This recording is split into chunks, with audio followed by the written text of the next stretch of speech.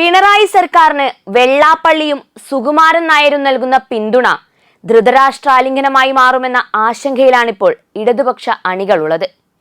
ഈ ജാതി സംഘടനാ നേതാക്കൾ ഇടതുപക്ഷത്തിനെതിരെ പ്രവർത്തിച്ച കാലത്തൊക്കെ അതിനെ തകർത്ത് അധികാരത്തിൽ വന്ന ചരിത്രമാണ് ഇടതുപക്ഷത്തിനുള്ളതെന്ന ഓർമ്മപ്പെടുത്തലാണിപ്പോൾ ഇടതുപക്ഷ സൈബർ ഇടങ്ങളിൽ കാണുന്നത്.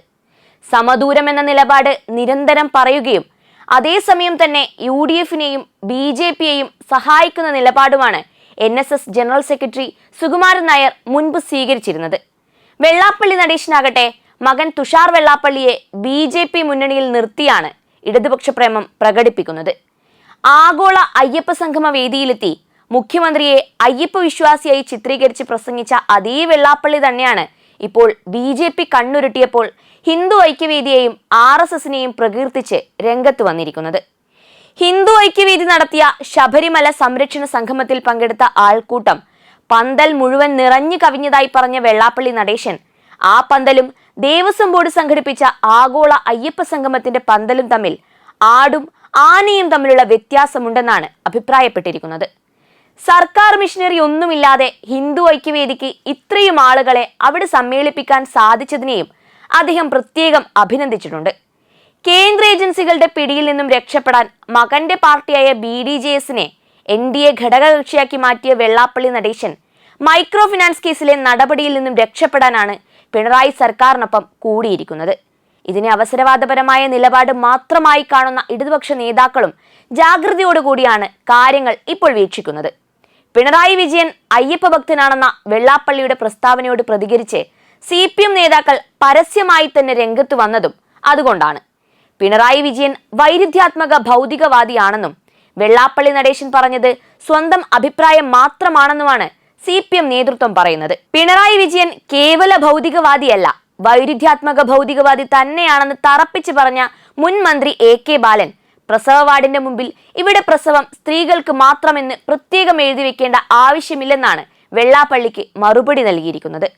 മൂന്നാമതും ഇടതുപക്ഷം അധികാരത്തിൽ വരുമെന്ന് കണ്ടപ്പോൾ വെള്ളാപ്പള്ളിയും സുകുമാരൻ നായരും നിലപാട് മാറ്റി പ്രീണന നയം പയറ്റാൻ ശ്രമിക്കുകയാണെന്നാണ് CPM അണികളും നേതാക്കളും കരുതുന്നത്.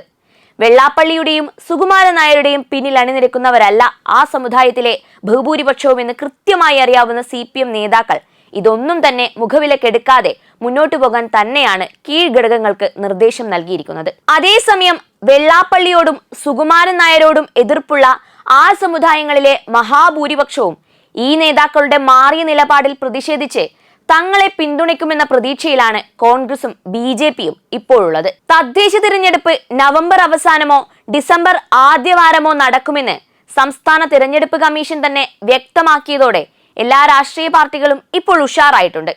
2020 നടന്ന തിരഞ്ഞെടുപ്പിൽ ആകെയുള്ള 941 ഗ്രാമപഞ്ചായത്തുകളിൽ 514 ഇടങ്ങളിൽ ഇടതുപക്ഷവും 375 ഇടങ്ങളിൽ UDF-ഉം 23 സ്ഥലത്ത് BJP-യുമാണ് വിജയിച്ചിരുന്നത്. മറ്റു പാർട്ടികളെല്ലാം കൂടി 29 ഇടങ്ങളിലും വിജയിച്ചിട്ടുണ്ട്. ആകെയുള്ള 182 ബ്ലോക്ക് പഞ്ചായത്തുകളിൽ ഇടതുപക്ഷം 108 ഇടങ്ങളിലും UDF 44 ഇടങ്ങളിലുമാണ് ആധിപത്യം ഉറപ്പിച്ചിരുന്നത്. ജില്ലാ പഞ്ചായത്തുകളിലേക്കാണെങ്കിൽ 14 ജില്ലാ പഞ്ചായത്തുകളിൽ 11ഇടത്തും ഇടതുപക്ഷം തന്നെയാണ് വിജയിച്ചിരുന്നത്. UDF-ന് വിജയിക്കാൻ കഴിഞ്ഞിരുന്നത് വെറും 2ഇടത്ത് മാത്രമാണ്. വയനാട്ടിൽ ഇരുമുന്നണികളും ഒപ്പത്തിനൊപ്പമാണ് എത്തിയത്. മുനിസിപ്പാലിറ്റികളിൽ മാത്രമായിരുന്നു കോൺഗ്രസിന് ആശ്വാസം. 86 മുനിസിപ്പാലിറ്റികളിൽ 45 സ്ഥലത്ത് UDF-ഉം 35 സ്ഥലത്ത് ഇടതുപക്ഷവും 2ഇടത്ത് NDA-യുമാണ് വിജയിച്ചിരുന്നത്. 4 സ്ഥലങ്ങളിൽ മറ്റു പാർട്ടികളും ജയിച്ചു.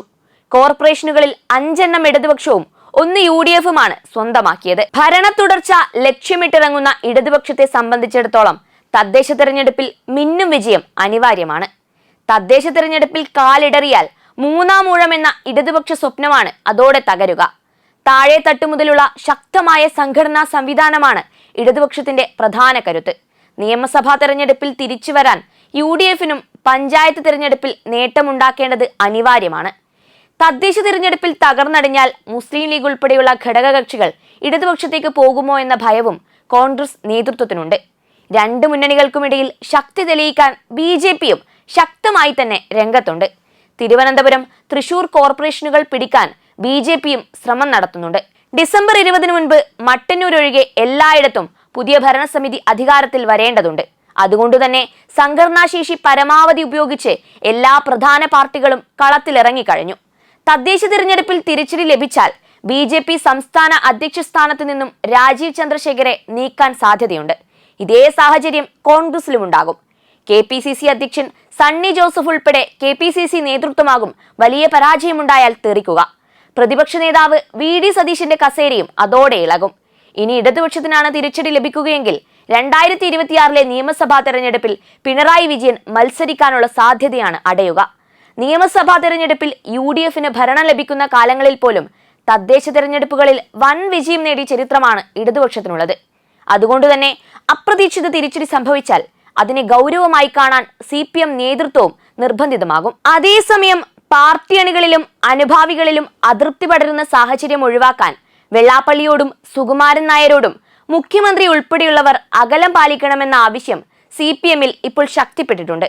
ഒരു ജാതിമത നേതൃത്വത്തിന്റെയും പിന്തുണയില്ലാതെ തന്നെ വൻ വിജയം നേടാൻ കഴിയുമെന്നാണ് CPM പ്രവർത്തകർ അവകാശപ്പെടുന്നത്.